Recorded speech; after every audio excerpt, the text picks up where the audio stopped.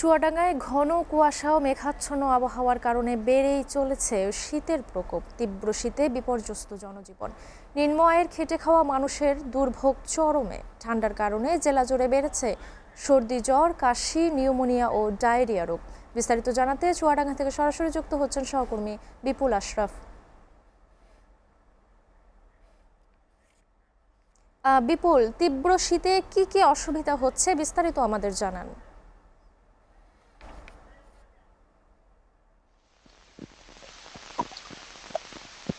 এসএটিভির অসংখ্য দর্শক এবং শ্রোতা মন্ডলীকে জানাই নববর্ষের শুভেচ্ছা। আমি চুয়াডাঙ্গা থেকে যুক্ত হয়েছি। আমি চুয়াডাঙ্গা শহরের একাডেমির মোড় নামক যে স্থান আছে, এখান থেকে আমি লাইভে যুক্ত হয়েছি। আপনি জানেন যে চুয়াডাঙ্গাতে এমনিতেই প্রচন্ড শীত পড়ে, এবারও তার ব্যতিক্রম নাই। আমরা জানি যে পৌষ এবং মাঘ, এই 2 মাস কিন্তু শীতকাল, এবারও তার ব্যতিক্রম নাই। এবার কিন্তু পৌষ মাসের অনেক আগে, অর্থাৎ কার্তিক মাসের শেষের থেকেই কিন্তু চুয়াডাঙ্গাতে শীত পড়তে শুরু করেছে। আপনি জানেন যে আজ পৌষ মাসের 17 তারিখ, 17ই পৌষ।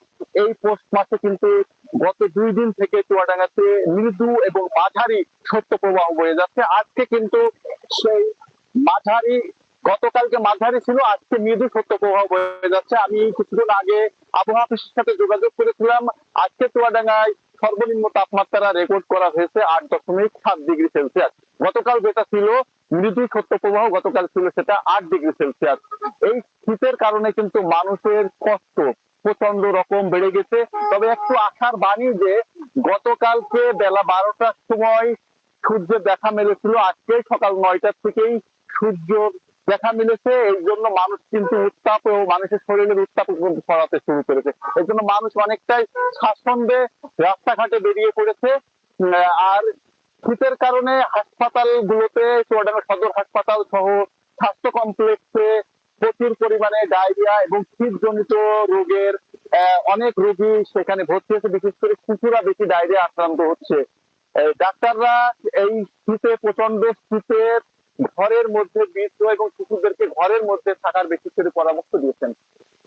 আর এদিকে জেলা প্রশাসনের তরফ থেকেও শীত বস্ত্র বিতরণ কার্যক্রম চলতেছে। চুয়াডাঙ্গা জেলা প্রশাসক মোহাম্মদ কামাল হোসেন আমাকে জানিয়েছেন যে প্রধান উপদেষ্টা ত্রাণ তহবিল থেকে এবং ত্রাণ মন্ত্রণালয় থেকে নগদ 24 লক্ষ টাকা এবং বেশ কিছু কম্বল এসেছে, তারা সেগুলো বিতরণ করেছে এবং কার্যক্রম চলমান রয়েছে। আর শীতের কারণে কিন্তু বর্তমানে শীতের যে সবজি, প্রচুর পরিমাণে সবজিও কিন্তু ভরপুর হয়ে গেছে। এই মানুষ কিন্তু এই শীত একদিকে কষ্ট দিলেও আর একদিকে কিন্তু সুবিধাও এনে দিয়েছে মানুষকে। এই ছিল চুয়াডাঙ্গার শীতের সর্বশেষ পরিস্থিতি। আমরা এখন ফিরে যাচ্ছি স্টুডিওতে।